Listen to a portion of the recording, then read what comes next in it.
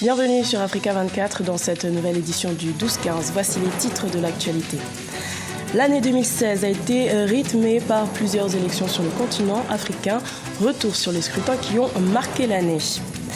En Somalie, l'élection présidentielle a été reportée pour la 4e fois en 6 mois.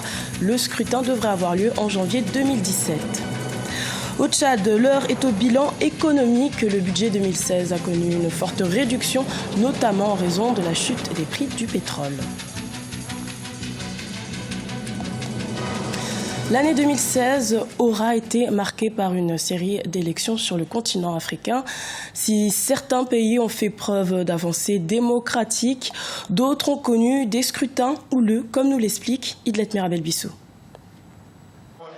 2016 a été marqué en Afrique par les élections présidentielles et législatives. Près de 20 scrutins se sont déroulés sur le continent dans un climat de paix pour certains pays et pour d'autres dans un climat de violence et de protestation. Selon des observateurs de la scène politique africaine, le Ghana et le Bénin se sont distingués comme les pays les plus pacifiques et les plus démocratiques, tandis que des pays comme l'Ouganda se sont embourbés dans la violence, sans oublier les résultats contestés au Gabon et en Gambie. Au Gabon, l'ancien président de l'Union africaine Jean Ping, autrefois allié, devenu opposant du président gabonais Ali Bongo, s'est présenté à la présidentielle en espérant briser l'emprise du parti au pouvoir sur près de 50 ans de règne. C'est un problème de dire simplement que, en raison de la gestion calamiteuse d'Ali, en raison du fait que ça fait 50 ans de pouvoir d'une famille, en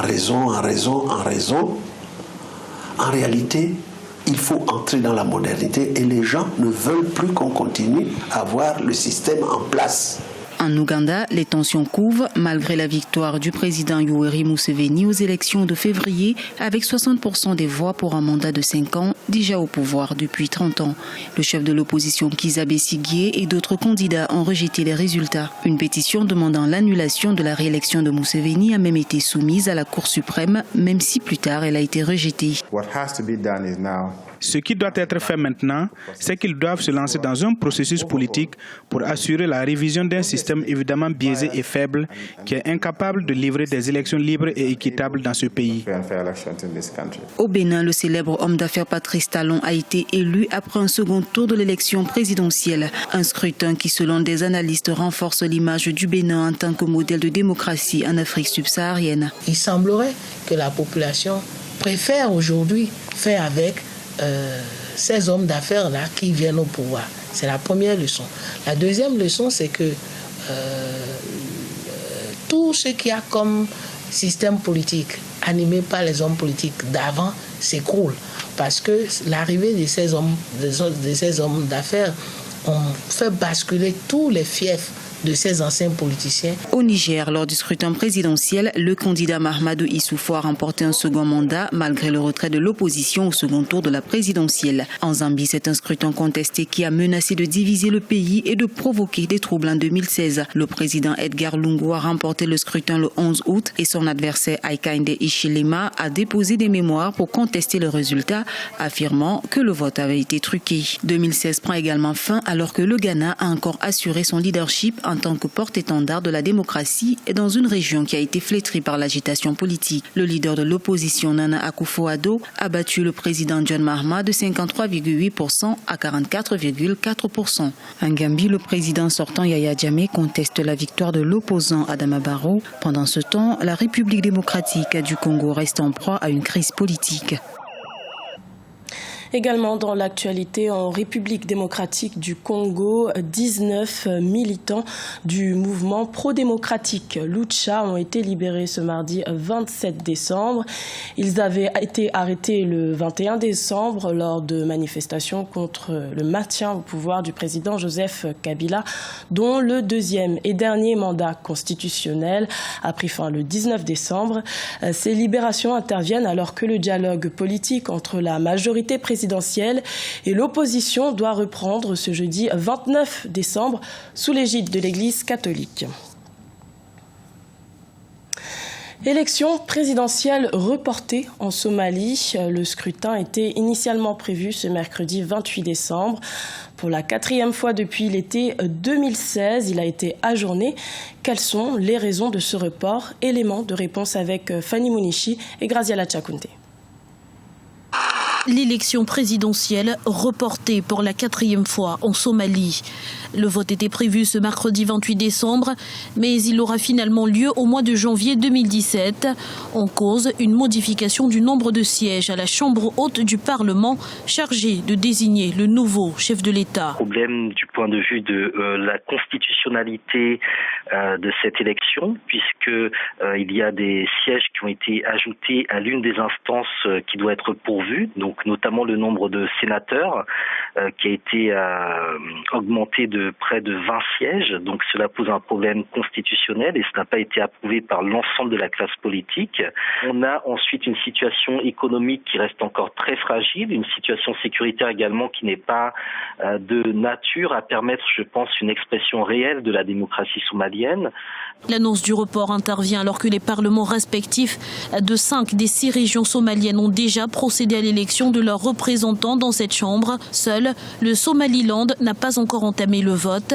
L'organe chargé d'inspecter les contentieux électoraux a déjà reçu plus d'1 millier de plaintes, d'où les inquiétudes quant à l'issue du processus électoral. Il y a la nécessité de poser le projet de société d'une Somalie réellement réunifiée et cela, à l'heure actuelle, les différents dirigeants politiques n'ont pas été en mesure de donner une orientation très claire à l'avenir qu'ils veulent donner à la nation somalienne. Les membres du Parlement qui sont élus par quelques 14 000 délégués choisis par les clans devraient toutefois être assermentés ce mercredi. Quant à l'élection du président, elle pourrait avoir lieu le 24 janvier 2017.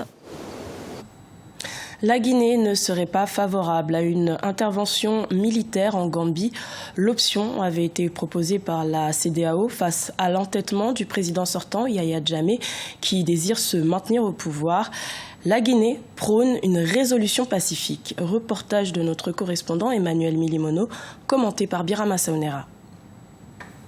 C'est une déclaration pas très surprenante, mais qui prend le contre-pied des prévisions de la communauté économique des États de l'Afrique de l'Ouest, la CEDEAO. La Guinée n'est pas favorable à une intervention militaire en Gambie pour résoudre le contentieux électoral. Le président Alpha Condé propose une approche beaucoup plus pacifique après le déclenchement d'une crise née de la contestation des résultats de l'élection présidentielle par le président sortant Yahya Jammeh. J'espère que le moment venu, nous allons discuter avec lui pour qu'on essaie de trouver une solution.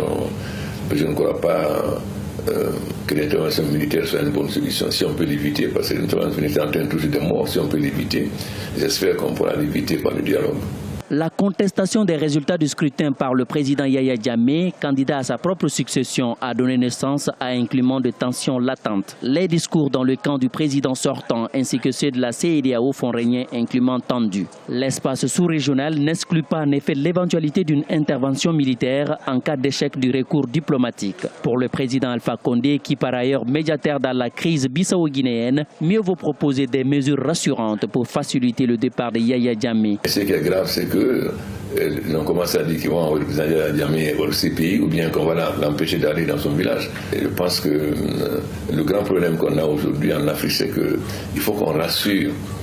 Quand quelqu'un peut le pouvoir, il faut qu'on rassure, ça dit qu'on ne va pas le poursuivre ses partisans ou sa famille. Un rappel, alors que la commission électorale avait annoncé la victoire du candidat de l'opposition Adama Barrow à l'issue de l'élection présidentielle du 1er décembre 2016, le président sortant Yahya Jammeh avait reconnu sa défaite avant de se raviser quelques jours plus tard. Et pour une sortie de crise, le chef de l'État guinéen souhaite une approche différente qui préserverait la paix et la stabilité en Gambie, non sans ignorer le rôle des institutions et les aspirations du peuple gambien. Une intervention militaire, selon lui, pourrait en effet être le déclenchement d'une situation de violence dont pourraient souffrir les populations locales et menacer la stabilité de la sous-région. Au Tchad, le bilan économique de l'année 2016 est plutôt morose. Outre la manne pétrolière dont dépend le pays depuis 2003, plusieurs facteurs ont favorisé le ralentissement économique du pays. Reportage de notre correspondant Mamad Ramadan, commenté par Idlet Merabel Bissou. En 2016, les indicateurs économiques du Tchad sont restés au rouge. Avec la chute du prix du baril de pétrole, l'État tchadien fait face à une crise économique sans précédent. Le commerce transfrontalier a aussi connu de graves perturbations avec les menaces de la secte islamiste Boko Haram. Les dépenses des interventions militaires dans les pays voisins ont pesé sur le trésor public. Le pays fait ainsi face à un triple choc économique. Depuis les premiers barils de pétrole mis sur le marché mondial, il me semble qu'il y a eu une sorte de non-maîtrise des finances classiques. Les finances classiques, notamment les finances fiscales, notamment la question de la douane, la question des impôts, etc., pour parler couramment. Ces questions-là n'ont pas eu une grande attention et on a assis nos projets de développement, on a assis le fonctionnement de l'État sur les revenus du pétrole. Et ça a posé un problème de déséquilibre à la moindre crise. Voilà. Le secteur agropastoral, l'une des principales ressources économiques du pays, longtemps délaissé au profit du revenu pétrolier, peine à amorcer son industrialisation. L'exportation des bétails sur pied a pris un coup avec la fermeture jusqu'en début décembre 2017 de la frontière triangulaire entre le Tchad, le Cameroun et le Nigeria. Le bétail, ici au Tchad, représente quand même une source de revenus pour pas mal de nos concitoyens, ainsi que des revenus réels d'exportation qui équilibrent un peu notre balance commerciale.